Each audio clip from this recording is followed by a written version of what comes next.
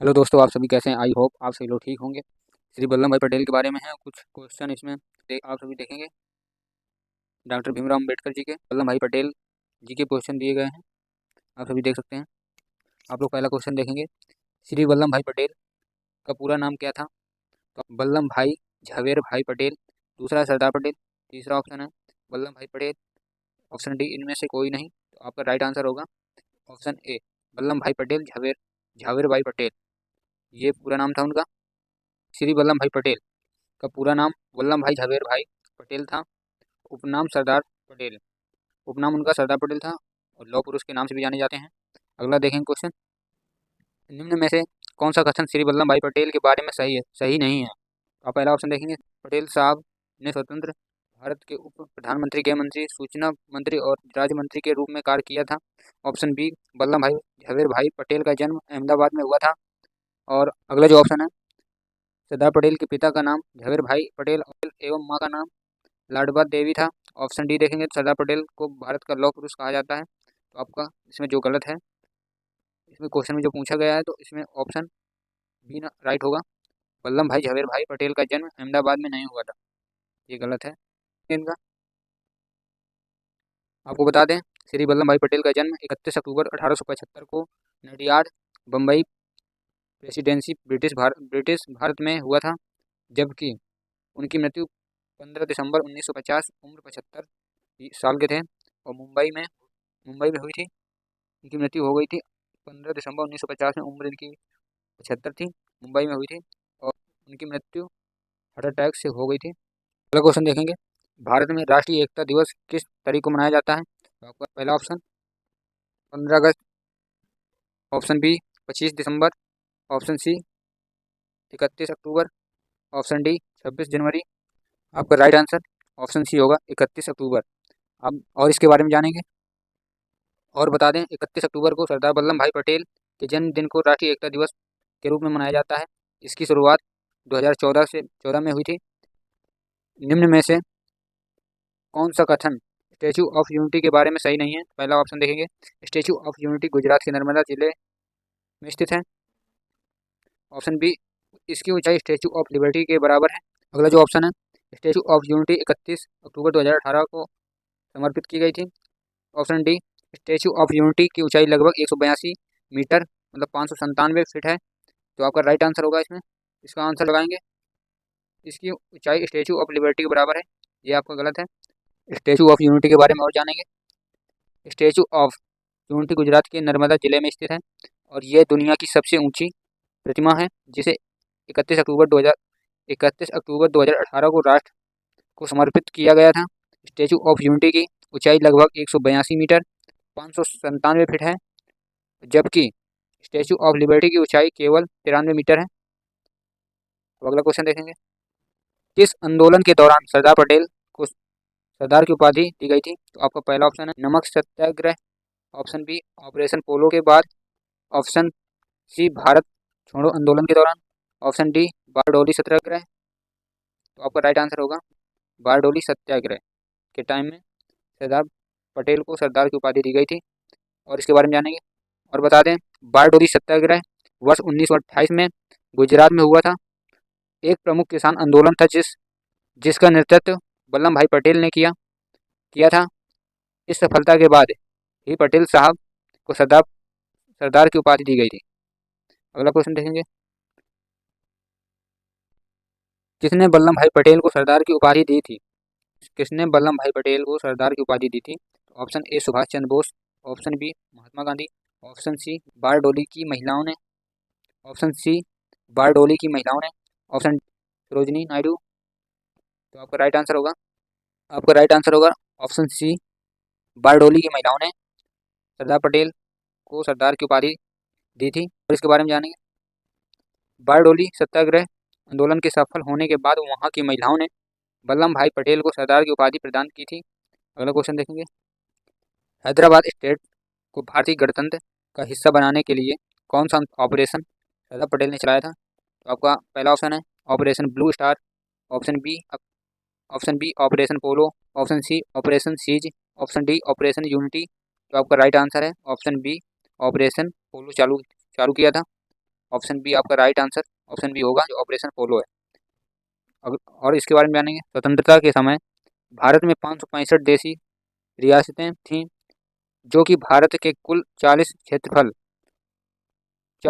क्षेत्रफल का प्रतिशत था। सरदार पटेल ने सभी को बातचीत से भारत में शामिल कर लिया था, लेकिन हैदराबाद स्टेट को भारतीय गणतंत्र का हिस्सा बनाने के लिए सरदार पटेल को ऑपरेशन पोलो चलाना पड़ा था, जिसमें सैनिक कार्रवाई शामिल थी। और अगला क्वेश्चन देखेंगे। अगला जो क्वेश्चन है, सरदार पटेल को भारत रत्न सम्मान कब दिया गया था? तो आपको पहला option 1985, option B 1976, option C 1991, option D कभी नहीं। तो आपका राइट आंसर होगा ऑप्शन सी 1991 में दिया गया था। सरदार पटेल को भारत रत्न से सम्मानित किया गया था 1991 में। और इस जानेंगे। सरदार पटेल को भारत रत्न का सम्मान 1991 में मरणोपरांत दिया गया था। आप सभी दोस्तों को बता दूं कि डॉक्टर भीमराव अंबेडकर से बनने वाले क्वेश्चन अब स्टार्ट हो जाएंगे। आप लोग देखेंगे वन लाइनर क्वेश्चन देखेंगे। पहला क्वेश्चन, डॉक्टर भीमराव अंबेडकर के पास कितनी डिग्री थी? डॉक्टर भीमराव अंबेडकर जी के पास 32 डिग्रियों के साथ 9 भाषाओं का जानकार थे। 32 डिग्रियों के साथ इन्होंने 9 भाषाओं को संपूर्ण जानकारी रखते थे। अगला क्वेश्चन देखेंगे। भीमराव अंबेडकर को किसने पढ़ाया था? आप आंसर देखेंगे। बाबा साहेब अंबेडकर जी ने ज्योतिबा फूले को गुरु माना था। अगला क्वेश्चन देखेंगे। भीमराव अंबेडकर जी के कितने पुत्र थे? आपका आंसर देखेंगे। भीमराव अंबेडकर जी के एक ही पुत्र थे। और अगला क्वेश्चन देखेंगे। भीमराव अंबेडकर जी की मृत्यु कब हुई थी? तो आपका आंसर देखेंगे 6 दिसंबर 1956 को उनकी मृत्यु हो गई थी। अगला क्वेश्चन देखेंगे। भीमराव अंबेडकर जी की मृत्यु कहाँ हुई थी? तो आप आंसर देखेंगे। भीमराव अंबेडकर जी की मृत्यु नई दिल्ली में हुई थी। अगला क्वेश्चन देखेंगे। भीमराव अंबेडकर जी की पत्नी का नाम क्या था? तो आप आंसर देखेंगे। डॉक्टर भीमराव अंबेडकर ने 2 शादियाँ की थी। पहली पत्नी का नाम रमाबाई तथा दूसरी पत्नी का नाम सविता अंबेडकर था। अगला क्वेश्चन देखेंगे। भीमराव अंबेडकर के माता पिता का नाम क्या था? तो आप आंसर देखेंगे। अंबेडकर जी के पिता का नाम राम जी सकपाल और माता का नाम भीमाबाई था। अगला क्वेश्चन देखेंगे। बाबा साहेब के 3 मंत्र थे। बाबा साहेब के 3 मंत्र थे, जिसमें देखेंगे आप शिक्षित बनो, और दूसरा था संघर्ष करो, और तीसरा संगठित रहो। ये 3 उनके मंत्र थे। शिक्षित बनो, संघर्ष करो और संगठित रहो। अगला क्वेश्चन, भीमराव अंबेडकर जी का पूरा नाम क्या था? तो आप आंसर देखेंगे। भीमराव रामजी अंबेडकर था। अगला क्वेश्चन देखेंगे। भीमराव अंबेडकर जी के पास कौन कौन सी डिग्रियां थी? तो आंसर देखेंगे। डॉक्टर भीमराव अंबेडकर जी के बॉम्बे विश्वविद्यालय से अर्थशास्त्र और राजनीतिक विज्ञान में कला स्नातक मतलब BA किए हुए थे। अगला क्वेश्चन देखेंगे। भीमराव अंबेडकर के पिता का नाम क्या था? तो आप आंसर देखेंगे। अंबेडकर के पिता का नाम रामजी सकपाल था। ये दोबारा रिपीट हो गया क्वेश्चन, कोई बात नहीं, आप लोग एक बार और एक नज़र से देख लेंगे। भीमराव अंबेडकर जी की कितनी पत्नियां थीं? तो आप राइट आंसर देखेंगे। अंबेडकर जी की 2 पत्नियां थीं। अगला क्वेश्चन देखेंगे।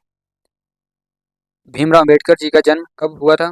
तो आप आंसर देखेंगे। भीमराव अंबेडकर जी का जन्म 14 अप्रैल 1991 को हुआ था। अगला क्वेश्चन देखेंगे। बाबा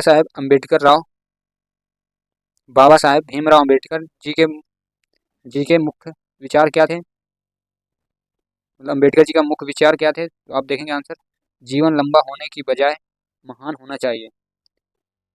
जीवन लंबा होने की बजाय महान होना चाहिए। अगला क्वेश्चन देखेंगे। भीमराव अंबेडकर जी कितने भाई थे? तो आप आंसर देखें। अंबेडकर जी अपने 14 भाई बहनों में सबसे छोटे थे। अगला क्वेश्चन देखेंगे। बाबा साहेब की शादी कब हुई थी? आप उत्तर देखेंगे। भीमराव अंबेडकर की पहली शादी 1906 में हुई थी। अगला क्वेश्चन देखेंगे। अंबेडकर जी को विदेश किसने भेजा था? आप आंसर देखेंगे। अंबेडकर जी को कोलंबिया यूनिवर्सिटी से पढ़ाई करने में बड़ौदा के तत्कालीन महाराजा सयाजीराव गायकवाड़ तृतीय ने उनकी आर्थिक मदद की थी। अगला क्वेश्चन देखेंगे। भीमराव अंबेडकर जी की दूसरी पत्नी का नाम क्या था? तो आप देखेंगे आंसर, भीमराव अंबेडकर जी की दूसरी पत्नी का नाम सविता अंबेडकर था। अगला क्वेश्चन देखें, अंबेडकर जी की शैक्षिक विचार क्या थे? आप आंसर देखेंगे। भीमराव अंबेडकर जी का मानना था कि शिक्षा से ही ज्ञान का ताला खुलता है, शिक्षा से ही ज्ञान का ताला खुलता है। उनके शैक्षिक विचार थे। संविधान निर्माण में डॉक्टर भीमराव अंबेडकर जी का योगदान क्या था? तो आंसर देखेंगे, डॉक्टर भीमराव अंबेडकर जी की संविधान निर्माण में सबसे प्रभावी और निर्णायक भूमिका थी। अगला क्वेश्चन देखेंगे, आरक्षण किसने लागू किया था? आप आंसर देखेंगे, भारत सरकार। अधिनियम 1935 में आरक्षण का प्रावधान किया गया था। अगला क्वेश्चन, संविधान निर्माता कौन है? तो आप राइट आंसर देखेंगे, भीमराव अंबेडकर, बाबा साहेब अंबेडकर जी थे। अगला क्वेश्चन देखेंगे, संविधान निर्मात्री समिति के सदस्य कौन थे? तो आप राइट आंसर देखेंगे, विधान निर्मात्री समिति के अध्यक्ष, विधान निर्मात्री समिति के सदस्य जवाहरलाल नेहरू, डॉक्टर भीमराव अंबेडकर, सरदार वल्लभ भाई पटेल, डॉक्टर राजेंद्र प्रसाद, श्यामा प्रसाद मुखर्जी, मौलाना अबुल कलाम आज़ाद, मौलाना अबुल कलाम आज़ाद आदि इस सभा के प्रमुख सदस्य थे। अगला क्वेश्चन है, भीमराव अंबेडकर जी की पहली पत्नी कौन थी? तो आप राइट आंसर देखेंगे, भीमराव अंबेडकर जी की पहली पत्नी रमाबाई थी। अगला क्वेश्चन देखेंगे, उच्चतर शिक्षा के लिए भीमराव अंबेडकर जी किस देश में गए थे? तो आप राइट आंसर देखेंगे, अंबेडकर जी उच्च शिक्षा के लिए वे लंदन विश्वविद्यालय और कोलंबिया विश्वविद्यालय गए थे। अगला क्वेश्चन देखेंगे, भीमराव अंबेडकर जी कौन से भगवान को मानते थे? तो आप राइट आंसर देखेंगे, बौद्ध धर्म को मानते थे। अगला क्वेश्चन देखेंगे, डॉक्टर अंबेडकर जी की आत्मकथा का डॉक्टर अंबेडकर जी की आत्मकथा का क्या नाम था? आप आंसर देखेंगे, पेंटिंग फॉर अ वीजा उनकी आत्मकथा थी। अगला देखेंगे,